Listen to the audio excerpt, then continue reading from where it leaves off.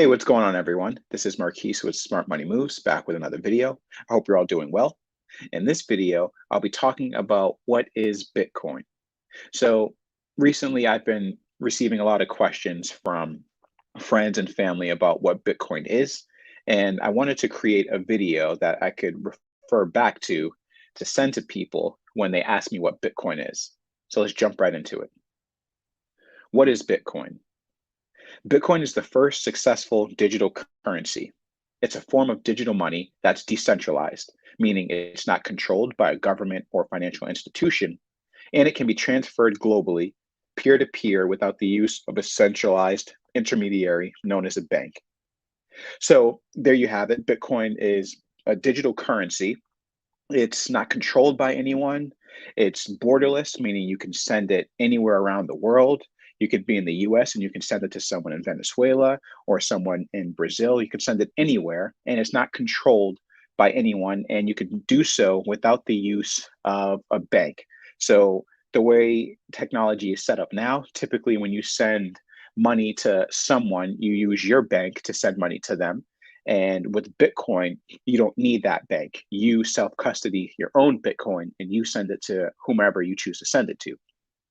Now, you'll notice here that I have successful in bold. So, Bitcoin is the first successful digital currency. There's been currencies created before Bitcoin, but Bitcoin is the first successful one. So that begs the question, what makes Bitcoin successful? Bitcoin solves the double spending problem. What is the double spending problem? The double spending problem is the risk that a digital currency can be spent twice. It's important to note that this issue is specific to digital currencies. It's essentially creating money out of thin air. And I have an example of this.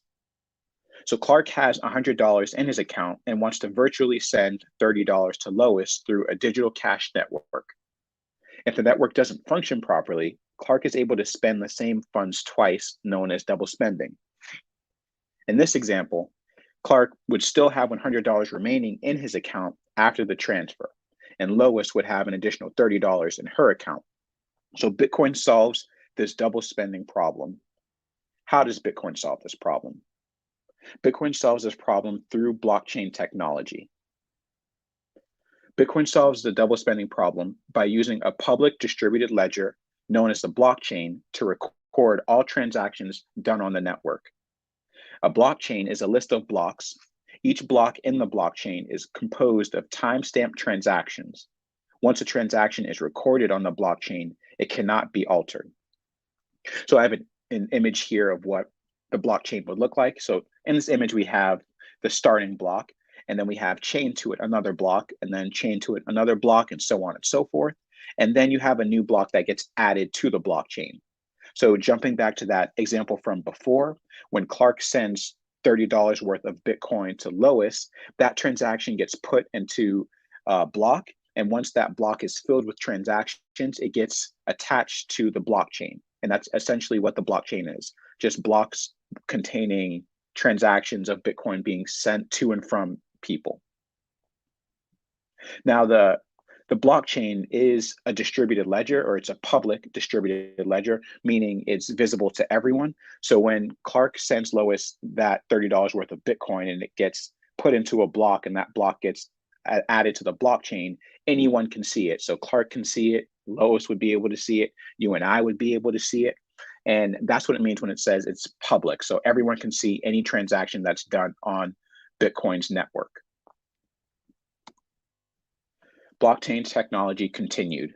So each block is stored independently by thousands of computers known as nodes. A node is simply a computer that is running Bitcoin's program.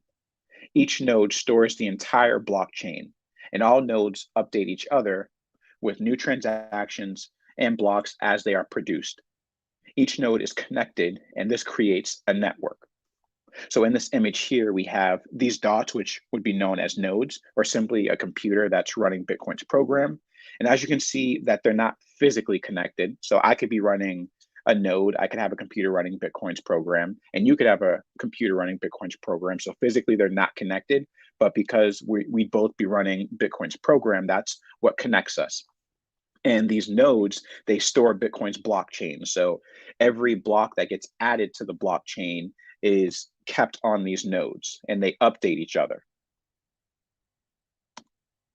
Next, I want to talk about Bitcoin mining. What is Bitcoin mining? Bitcoin mining is the process by which new Bitcoin are minted or created and distributed in the network to Bitcoin miners. So Bitcoin has what's known as a known monetary supply, meaning the supply is transparent and so is the distribution of Bitcoin. There will never be more than 21 million coins, and every 10 minutes, more Bitcoin is released as we approach 21 million. Those coins are released through Bitcoin mining. How do miners mine Bitcoin? Miners solve complex mathematical problems called hashes to process Bitcoin transactions.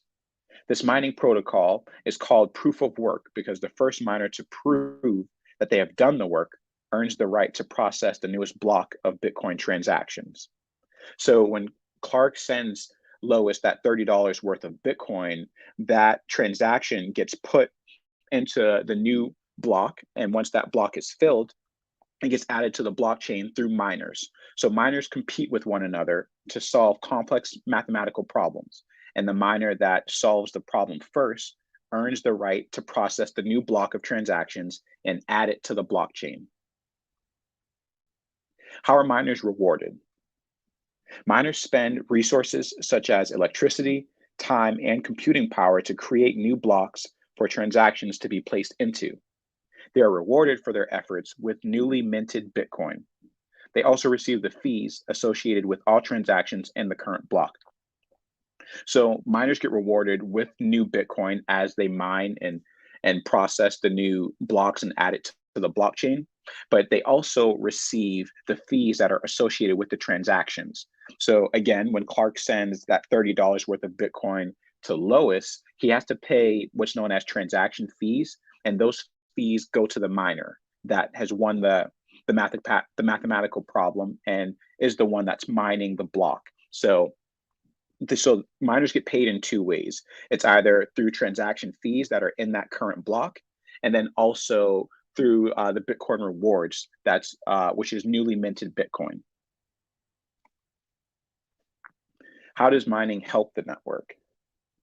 Miners keep the network secure. They make it difficult to attack, alter, or stop the Bitcoin network. The more miners mining Bitcoin, the more secure the network is, and less likely the Bitcoin network can be interrupted or hacked. Where can you purchase Bitcoin? Bitcoin can be purchased in a number of ways. The most popular way is on exchanges such as Coinbase, Voyager, Binance, Gemini, KuCoin, Kraken, FTX, or Crypto.com. There's no shortage of exchanges where you can purchase Bitcoin, but these are just a few. Once you create an account on one of these platforms, you would just link your bank account and then you're able to purchase Bitcoin or any other cryptocurrency that you're looking to buy. How can you store your Bitcoin? Bitcoin can be left on the exchange you purchased it on, hopefully earning interest. And I add that part in because certain exchanges pay you to keep your Bitcoin or other cryptocurrencies on their exchange. Other exchanges don't do that. So there's some that do and there's some that don't. And the ones that do, you have to look into how much they pay you in interest because the interest rates vary between the exchanges. So if you do leave it on an exchange, hopefully you're earning interest.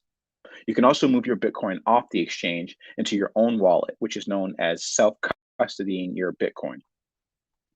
Options for self-custody include keeping your Bitcoin in a hot wallet or a cold wallet. What is a hot wallet? What is a cold wallet? So a hot wallet, also known as a software wallet, is a form of digital storage that you can access on your computer or phone. It's connected to the internet. An example of this is MetaMask or Trust Wallet. So basically, a hot wallet is a digital wallet, and the only way you're able to access your cryptocurrencies is when you're connected to the internet. A cold wallet, also known as a hardware wallet, is a physical device that keeps your cryptocurrency completely offline. Most cold wallets look like USB drives. Examples include a Ledger or a Trezor. So a lot of people like this form of holding their crypto because it's completely offline. You just have to make sure you keep track of your ledger or your USB drive that you put it on. Also, too, they will give you a seed phrase that you can use in case you lose your USB drive or your cold wallet. You also get that with your hot wallets as well. And a seed phrase is just it's like a bunch of words that you get that you would have to write down and essentially put input if you ever lost your cold wallet. So that wraps it up for this presentation. Thank you all so much for watching. I hope I said something that educated you or brought some type of value to your lives. If so, please leave a like or a comment down below. And as always, please subscribe for more content. Thank you guys so much.